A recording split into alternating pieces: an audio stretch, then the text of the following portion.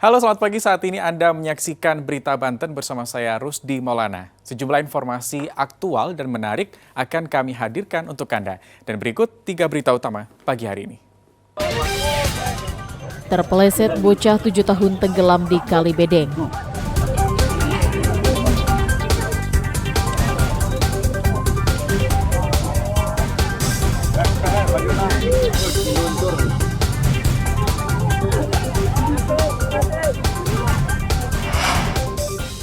Harga beras di Pandeglang tembus Rp17.000 per kilogram.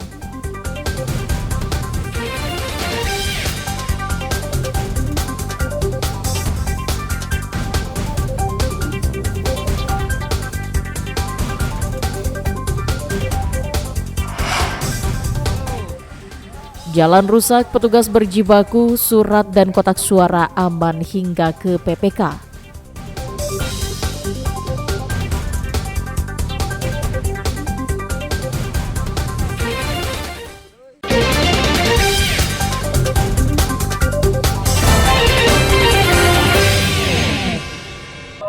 Lepas dari pantauan pamannya, seorang bocah terpeleset ke Kali Bedeng di Cikesal, Kabupaten Serang. Ibnu, bocah berusia 7 tahun, diduga terpeleset di kali tersebut. Sejumlah warga yang berada di lokasi langsung mencari korban dengan menyisir Kali Bedeng. Tim gabungan dari Basarnas Banten, TNI, Polri, dan warga langsung menyisir dan mencari di sepanjang aliran Kali Bedeng. Hingga petang dan malam hari, petugas terus mencari keberadaan bocah malang tersebut. Tahu saya tadi dikabarin tuh katanya lagi sama mamangnya gitu di sini mancing. Oh, mancing. Iya. Udah kepleset apa gimana anaknya? Katanya sih begitulah ya. Kepleset. Sampai sekarang belum ketemu. Ditolongin nggak ketolong gitu. Langsung dia panik, bukannya ditolong malah pulang. Korban berhasil ditemukan sekitar pukul 23 waktu Indonesia Barat dengan jarak 50 meter dari lokasi kejadian dan langsung dibawa ke rumah orang tua korban untuk dimakamkan. SAR Banten menerima info 17.04 dan langsung memberangkatkan tim rescue untuk melaksanakan pencarian. Pencarian dengan rencana operasi tim dibagi dua, yaitu tim 1 mencari di pinggir kali irigasi secara visual, dan tim 2 mencari di kali irigasi di sisi kanan dan sisi kiri. Alhamdulillah pada pukul 23.00 hari Sabtu 10 Februari 2024 korban berhasil ditemukan dalam keadaan meninggal dunia dan korban langsung diserahkan ke keluarga korban. Basarnas Banten mengimbau kepada orang tua untuk selalu waspada dan selalu memantau anak-anak untuk tidak bermain di pinggir sungai, mengingat cuaca yang memasuki musim hujan membuat air sungai mulai naik. Ariel Maranus dan Ahmad Sayuti melaporkan dari Kabupaten Serang. Harga beras premium saat ini mencapai Rp17.000 per kilogram, sedangkan beras medium di kisaran Rp15.000 hingga Rp16.000. Kenaikan harga beras terjadi sejak beberapa bulan lalu secara bertahap. Salah satu faktor adalah kurangnya pasokan dari tingkat petani yang diakibatkan gagal panen. Kenaikan harga ini membuat para pedagang kesulitan mencari pasokan beras. Bahkan pedagang harus memasok beras dari luar daerah Pandeglang.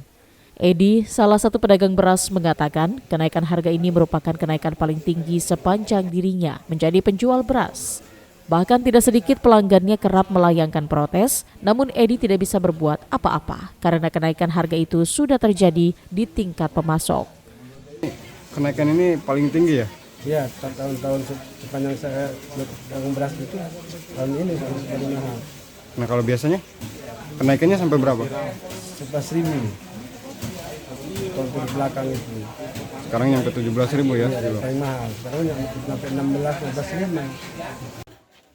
Sementara salah seorang warga mengaku keberatan dengan harga beras yang saat ini semakin tinggi karena membuat warga semakin kesulitan. Warga berharap harga beras dapat kembali turun. Iya, beras itu memang semakin naik gitu kan. Biasanya beras itu murah gitu kan. Sekarang mah merasa keberatan lah gitu. Maksudnya biasanya belinya berapa teh? Saya biasa kalau beli 10 liter gitu per minggu. Gitu. Sekarang mah paling juga kurangin lah gitu 5 sampai 7 liter. Kalau filter mahal. Kalau filter beli berapa tadi?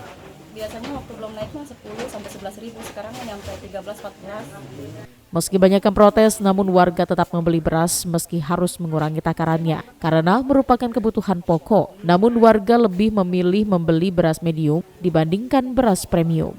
Ariel Maranus dan Andre Sopian melaporkan dari Kabupaten Pandeglang.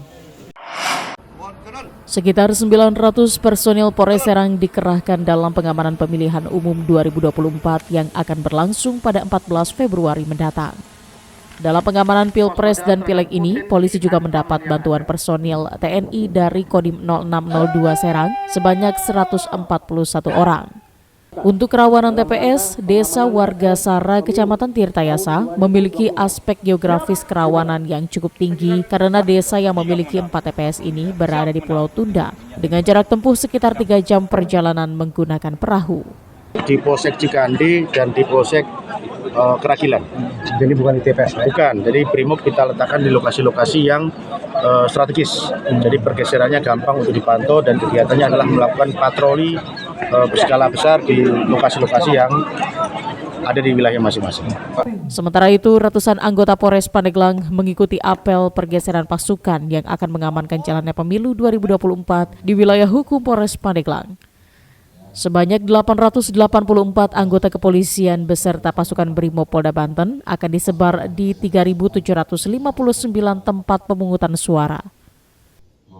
Jadi pengalaman di tahun 2019, jumlah TPS yang sangat rawan itu ada 4 TPS, namun sudah kita minimalisir dengan menempatkan keberadaan Brimob di sana. Kemudian juga kita posisikan untuk lokasi TPS tersebut di tempat-tempat yang mudah dijangkau oleh masyarakat. Kemudian untuk yang rawan ada 18 TPS, kategorinya memang jarak, kemudian kondisi jalan yang rusak, kemudian juga agak sulit sinyal handphone, itu sudah kita pindahkan ke tempat-tempat kita kami arahkan kepada pihak dari KPU maupun Bawaslu untuk memindahkan ke tempat yang lebih mudah dijangkau, demikian.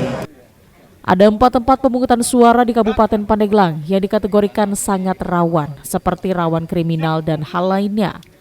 Sebanyak 18 TPS kategori rawan, seperti rawan jarak, kondisi jalan rusak, sulit sinyal, dan rawan bencana alam. Ambar Sayuti dan Andre Sopian melaporkan dari Kabupaten Serang dan Pandeglang. Seperti inilah perjuangan petugas PPK di Kecamatan Sajira, Lebak, berjuang di jalan yang hancur. Petugas PPK dikawal polisi dan Panwaslu Kecamatan harus berjibaku melewati akses jalan yang cukup sulit dan terjal untuk mendistribusikan logistik pemilu berupa kotak suara dan surat suara agar sampai dengan aman ke lokasi PPS dan TPS. Kendaraan pengangkut logistik pemilu tak bisa melewati jalan yang terjal sehingga harus beberapa kali mencoba agar bisa melewati jalan tersebut. Bahkan salah satu kendaraan harus ditarik beramai-ramai dengan menggunakan tambang agar kendaraan yang mengangkut logistik bisa melewati jalan tersebut. Keperluan logistik pemilu khususnya untuk desa Calung Bungur yang tadi sudah kita lewati melalui jalur akses Sidang Sari Teras yang jalannya lumayan sangat terjal sekali dilalui sehingga kita distribusikan lewat jalur akses lintas kecamatan yang lain. Dan TPS yang di wilayah desa desa Calung Bungur semuanya ada 8 TPS, yang akses sulit itu 3 TPS ya. Belum lagi dengan pengiriman saat hujan. Tidak jarang mereka berhenti dan mengamankan surat dan kotak suara agar tidak basah. Kita dari Panwaslu Kecamatan Sajra, saya selaku Kodim PP memastikan pengawalan pendistribusian yang termasuk ke TPS yang eksodus, yaitu di desa Calung Bungur. Di jalan juga terdapat kendala-kendala, namun alhamdulillah si logistik itu tepat sampai desa. Terus memastikan bahwa semua kotak suara itu terdistribusikan dengan baik, dengan aman, tepat jumlah, dan tepat sasaran. Mereka lakukan ini untuk bisa melihat Indonesia lebih maju dan berharap kepada pemimpin yang mereka percayai kelak bisa membangun akses jalan ke pedesaan. Ariel Maranus dan Saipul melaporkan dari Kabupaten Lebak.